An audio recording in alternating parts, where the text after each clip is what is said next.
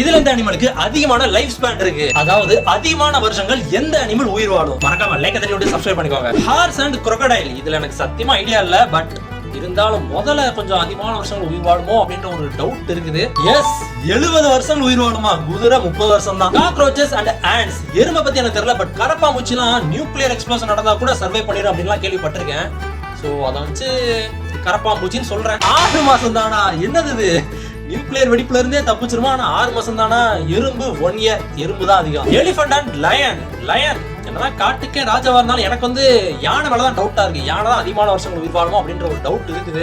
S, யானை 70 வருஷம், சிங்கம் வெறும் 20 வருஷம் தான். சிங்கராஜாவுக்கு லைஃப் ஸ்பேன் ரொம்பவே கம்மி போல. கவ் வர்சஸ் டர்ட்டில், மாடை விட ஆமை தான் ரொம்ப வருஷம் உயிர் வாழும் அப்படின்ற மாதிரி ஒரு கெஸ் இருக்கு எனக்கு. எஸ், ஆமை தான் 50ல இருந்து 100 வருஷம் உயிர் வாழுமா, மாடு வரும் 20 வருஷம் தானா. லிசார்ட் வர்சஸ் ராட், இந்த பல்லிய பார்த்தாலே பயங்கரமா இருக்கே. நம்ம வீடு சைடு இருக்கிறதெல்லாம் வெள்ளை கலரும் ஆரஞ்சு கலரும் மிக்ஸ் ஆன மாதிரி ஒரு கலர்ல இருக்கு. இது பார்க்க ரொம்ப பயங்கரமா இருக்கு.